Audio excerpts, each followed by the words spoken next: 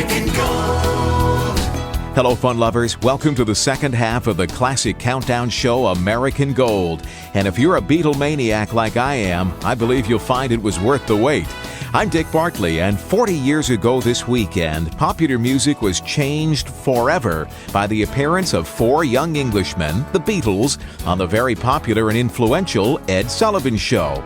In this special 2-hour segment of American Gold, we're going to do our best to recreate the excitement, the joy, the insanity of that first year of Beatlemania, 1964. The Beatles with Love Me Do on this very special edition of American Gold. Stay right there for one 1964 Beatles classic after another in chronological order as the Fab Four recorded them. As I write this letter, I love you. The Beatles with P.S. I Love You. Every song in this segment of American Gold is from 1964.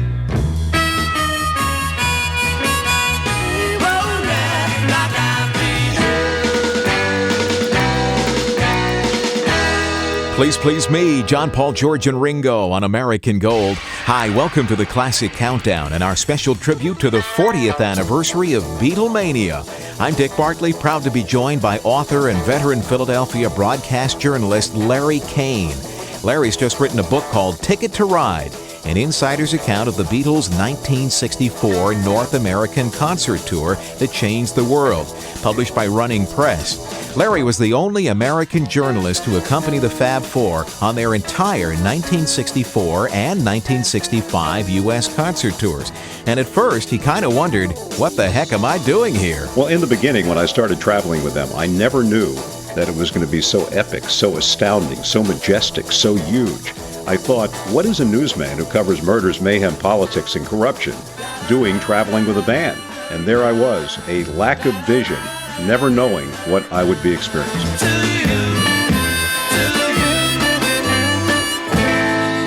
I'm John, I'm Paul, I'm George, I'm Ringo.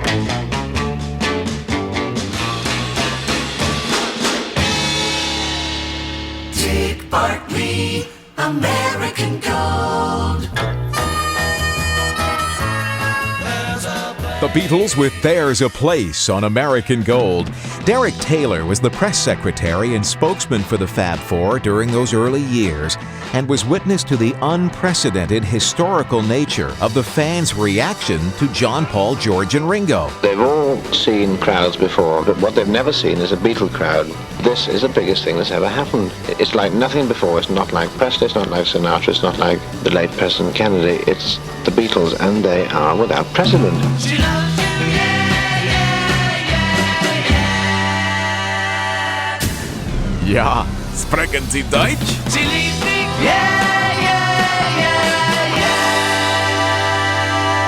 yeah. A bilingual Beatles twin spin on American Gold. She Loves You and Sie liebt dich. Great to be with you, fellow Beatle fans. I'm Dick Bartley, and this special Fab Four anniversary weekend edition of American Gold will continue after we briefly pause for these messages. American Gold. The Classic Countdown. American Gold. Hi, welcome back to the 40th anniversary of Beatlemania 1964. My special guest is Larry Kane, the author of Ticket to Ride, his own personal account of being on tour with the Fab Four. I asked Larry if any of the Beatles or their management recognized 40 years ago that they were making history. Yes, I saw it from Brian Epstein, who told me that they would be the greatest band that ever lived and would endure well into the next century. And John Lennon, who knew they were better than anything that ever existed. The other three were a little less certain. You'll never know how much I really love you. American Gold with the early Beatles, and do you want to know a secret? Here's an audio snapshot of Beatlemania, circa 1964. A young female fan waiting for hours outside John, Paul, George, and Ringo's hotel, hoping just to catch a glimpse of the Fab Four. Have you tried getting in the hotel? No, but I know two other girls that did. They made it all the way up to the 12th floor, and then one of the policemen got them and brought them all the way down again. What would you do if one of them actually stopped on the way up from the hotel and started talking to you? I would talk back, and I'd ask them, how they like America, what do they think of, American girls. The Beatles with Thank You Girl on American Gold. Of course, the landmark event of that legendary weekend 40 years ago was the appearance of John, Paul, George, and Ringo on the Sunday night CBS television program The Ed Sullivan Show. The Beatles' welcome in New York City had been overwhelming, and Sunday evening, February 9th, 1964, the Fab Four reached an audience of about 75 million people. Now, yesterday and today, our theater's been jammed with newspapermen and hundreds of photographers from all over the nation, and these veterans agree with me that the city never has witnessed the excitement stirred by these youngsters from Liverpool who call themselves the Beatles. Now, tonight, you're going to twice be entertained by them. Right now, and again in the second half of our show. Ladies and gentlemen, the Beatles!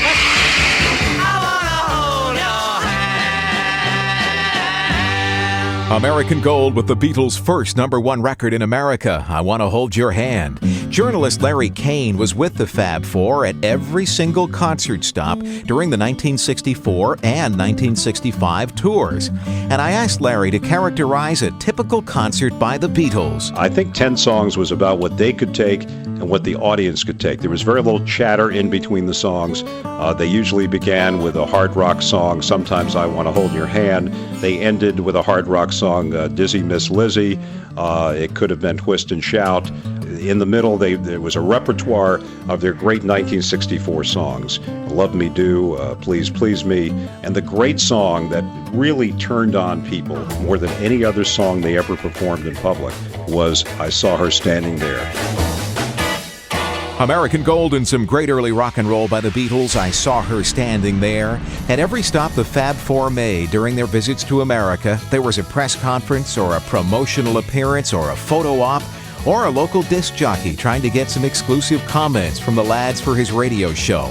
Here, legendary New York DJ Scott Muni tells Paul McCartney that his recorded comments will be heard around the world. We should tell you, too, Paul, that everybody back home and in 122 countries are going to pick up this broadcast through worldwide ABC. So the countries you've been to already and some that you haven't that you will be going to are going to hear everything that's going on now.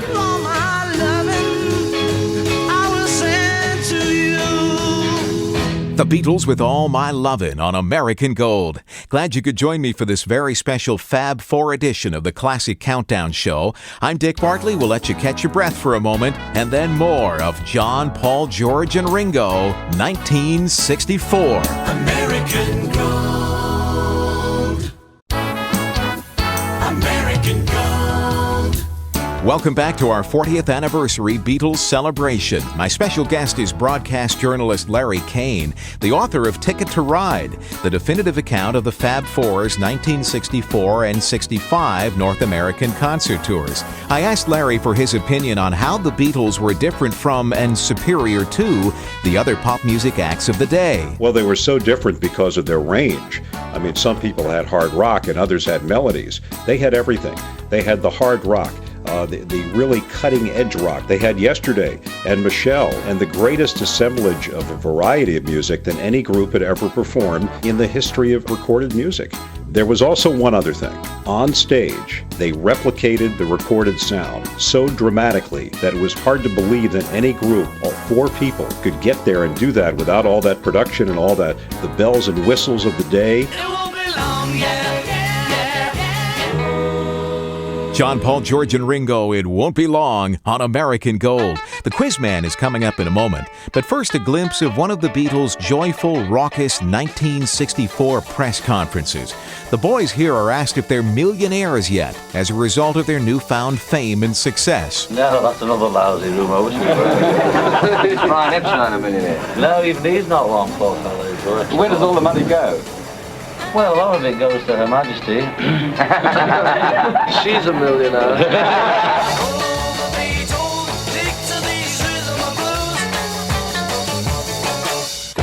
Roll over Beethoven, dig these rhythm and blues. The Beatles with the Chuck Berry song on American Gold. More Beatlemania 1964 with the Beatles covering a Little Richard classic coming up. We promised you another Quizman contest call, and it's my pleasure to welcome Mike Borneman of Wilmington, North Carolina to the radio show. Hello, Mike. How are you? Hi, Dick. I'm great. Hope you are. I am well, thank you, and I hope you know your Beatles trivia because you've got a chance to win some nice prizes if you do. That would be super. All right. What's the station you hear our show on? Good time oldies cool, 98.7 WKOL in Wilmington. Boy, you got it all there, man.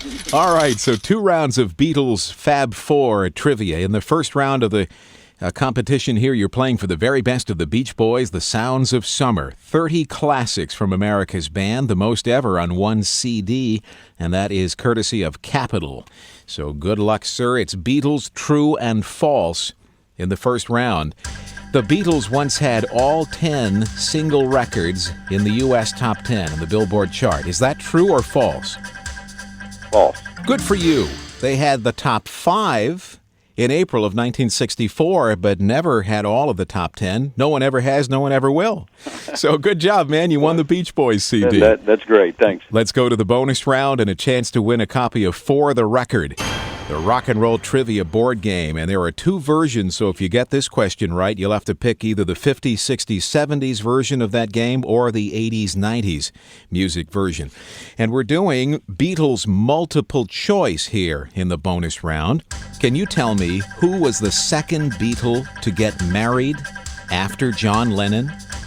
Was it Paul McCartney, George Harrison, or Ringo Starr? George Harrison. A very good guess. He was third.